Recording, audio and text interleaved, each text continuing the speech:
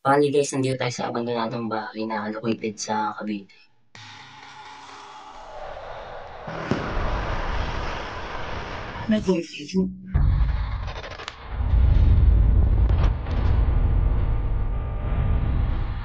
MG, shit.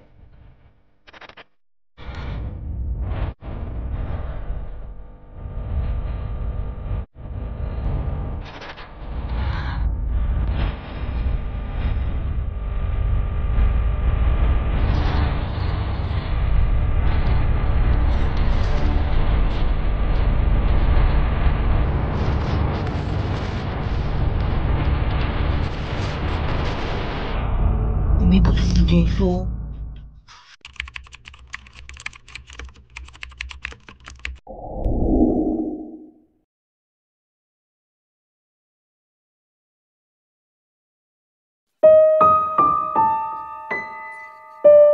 Bali guys, nandito tayo sa abandonadong bahay na located sa Cavite na sinasabing haunted ayon sa mga residente rito na nakausap natin. At yun nga, nilibot natin to, may 30 years na itong na-abandon. At iniwan nung may-ari dahil yung may-ari nasa States daw. At madalas daw itong bahay, itong lugar na to. Kaya na-abandon to. So, di natin alam yung mga buong detalye or kwento rito. So, yun base lang naman sa mga napagtanungan natin dito sa mga tao rito sa lugar. Pagpunta nga namin sa location, ito ang bumungad sa amin. Isang maliit na butas na kailangan namin lusutin para makapasok sa loob. At pagpasok namin sa loob, ito ang tumambad sa amin. Puro basura na rin ako. Mag-aalas 13 ng gabi nang umpisahan kong libutin ang abandonadong bahay na ito. Habang pasok ako sa loob, pinagmatsyag ako kung ano bang makikita ko rito. At mapapansin nyo sa loob ng bahay ay talagang sobrang pinaglumaan ng panahon.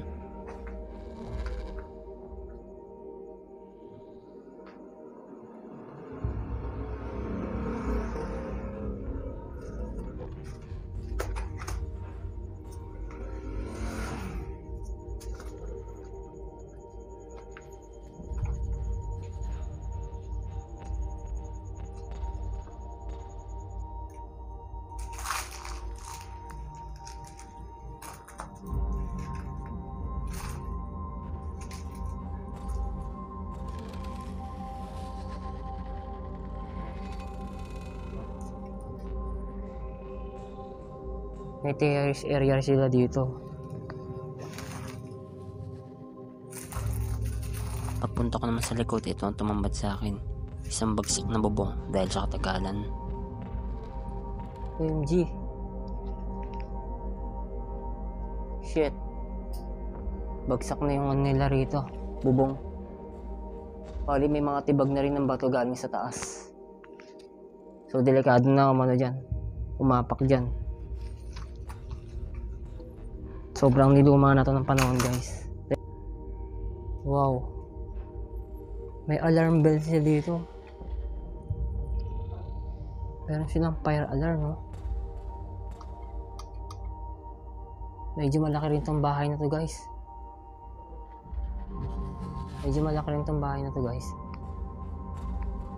Sa pagpunta ko naman sa area to ay napansin ko ay sira na ang ibang haligi nito.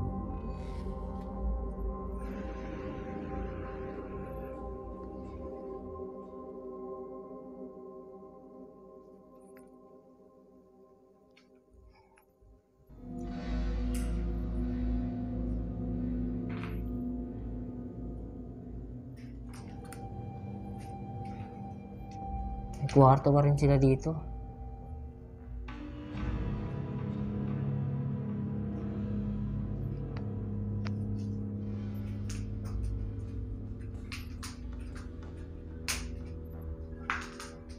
Tapos yung mga ano nila dito, cabinet nila, puro yari sa kahoy.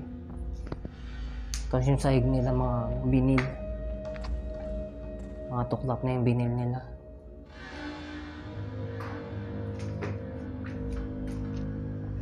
Sira-sira na yung mga bawat cabinet to.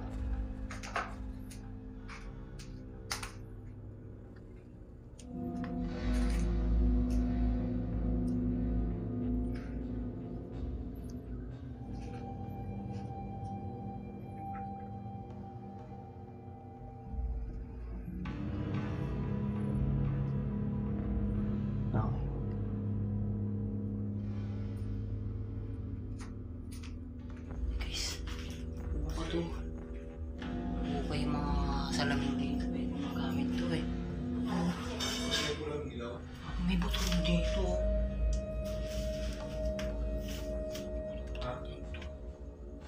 Ganda ng cabinet oh. Ganda oh. Mabuo pa to.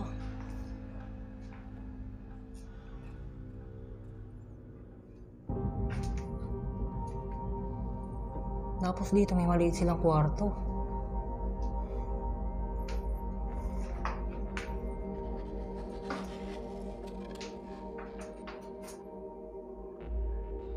Ganda ng pagkakayari nila dito guys oh. Kabilog na daanan.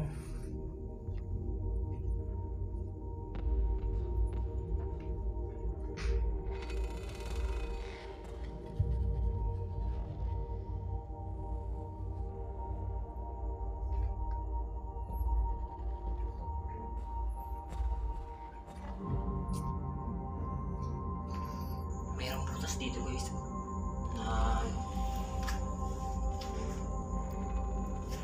may garage sila dito.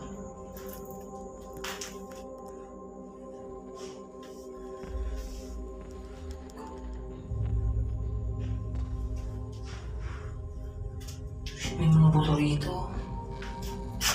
May mga buto. Alam mo, buto ng pusa to, buto ng mga tigato.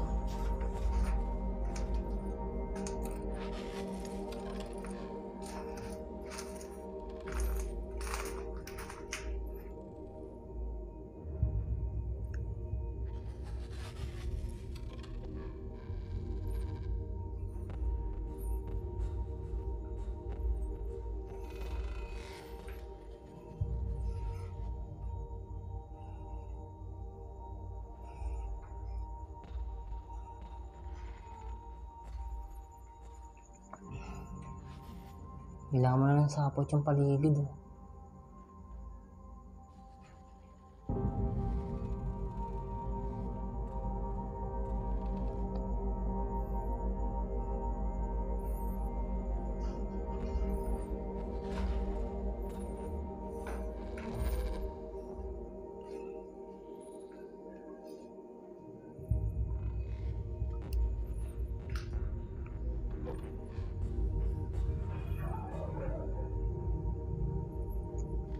Bali may terrace din pala di sila sa taas.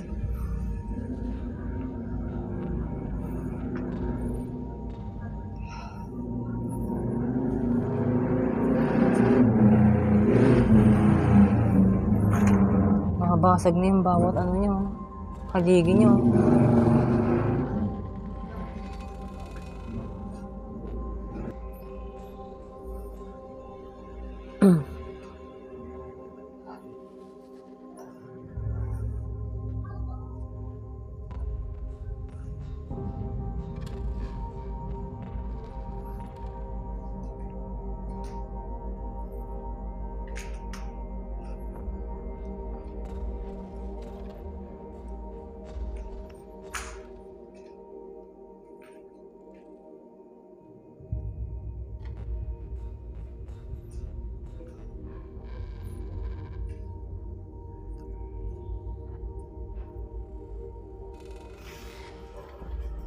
Ito.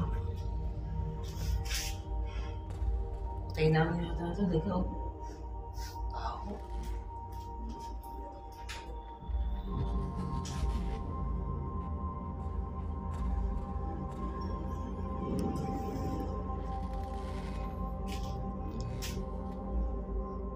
Shit. Mga cabinet na puro yari sa kahoy.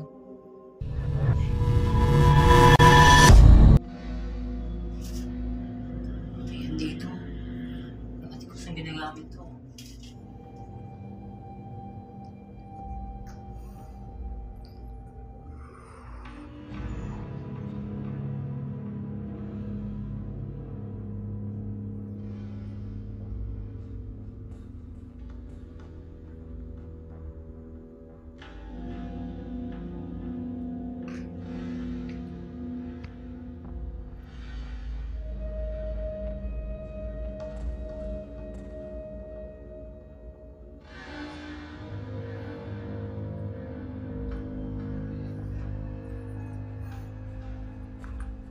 May iba't ibang klase ng foil, oh.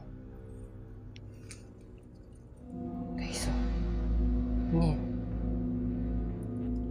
May mga part ng foil dito sa paligid ng bahay na to.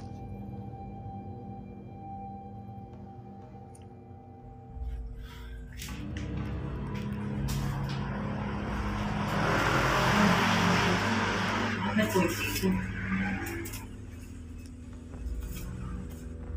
Sabi guys yung mga foil dito. Sa kabilang kwartong pinasok kanina, meron din mga doon, mga foil doon. Pinaggamitan to.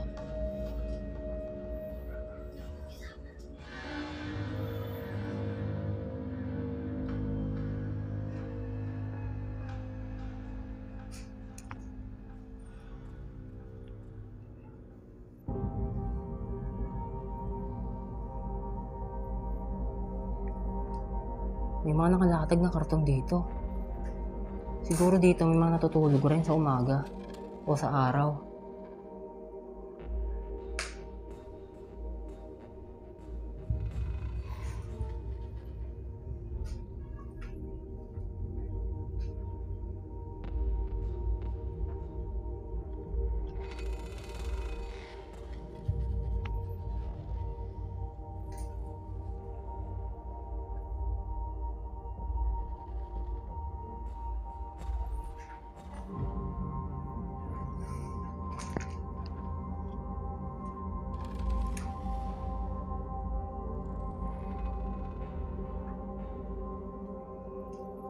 May CR pa rito. Sira na yung lababo.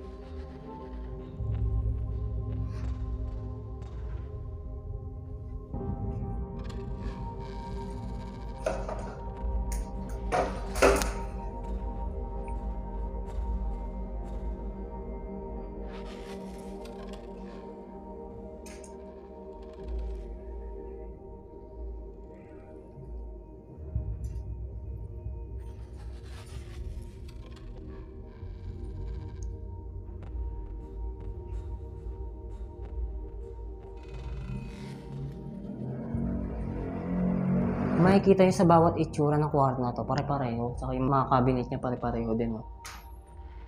Nalalaki ng cabinet nila rito.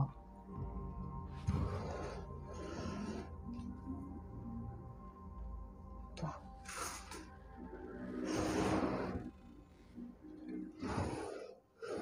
Yung iba dito ayos pa, yung iba sira-sira na.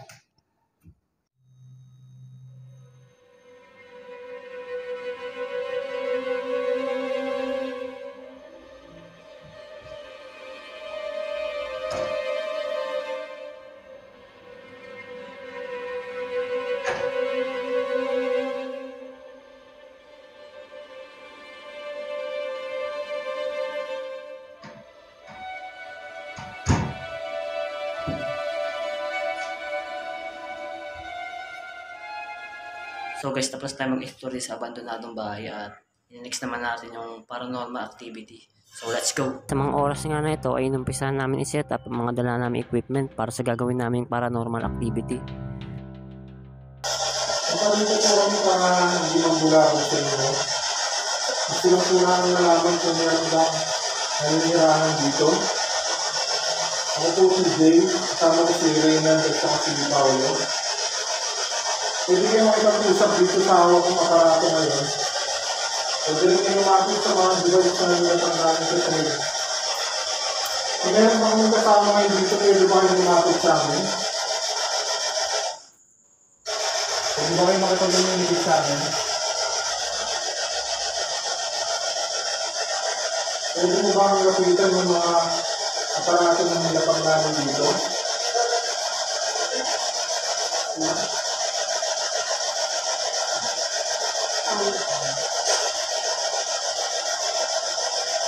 Hello?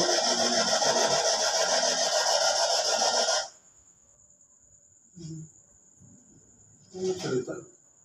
Ano ito? Ha?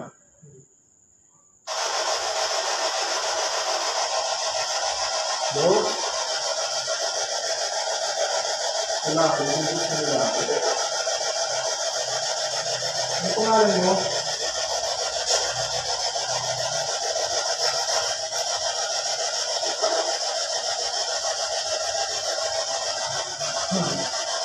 Pwede mo bang napitan yung mga nilapag namin dito ngayon? Pwede ka ba sa amin mag-communicate? Gamit na mga nilapag namin dito.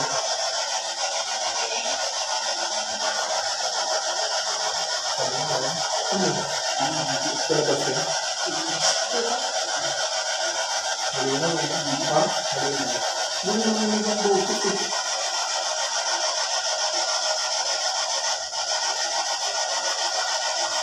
Pwede lang pag-usap dito sa awa ko. Nakita mo ito na ang lapag namin lumapit ka dito sa liwanag. Nawala lang yung kandila para sa iyo.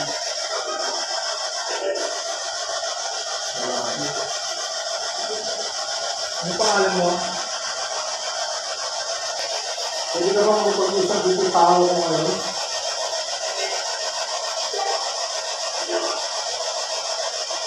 Ano bang lalaki?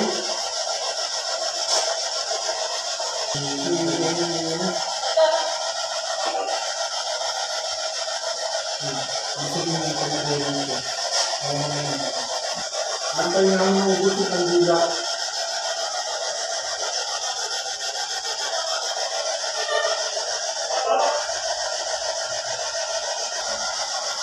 Babae, good spirit o bad spirit?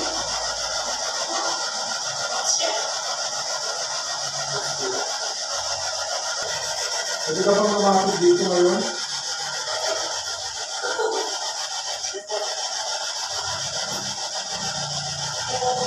Nakita mo kung pagdila ng nilapag namin.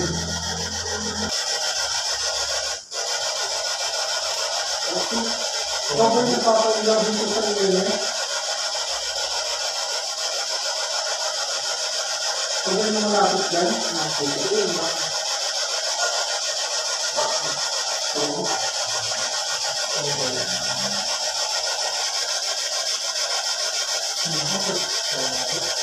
Sa bahay na ito,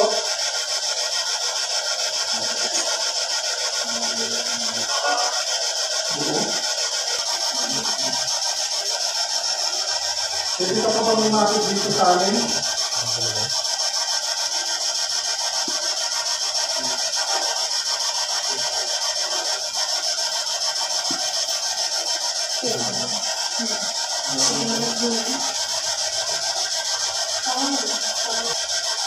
Lapit ka pa.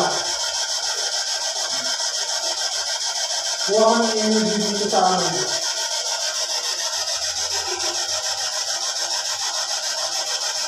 Lapit ka pa.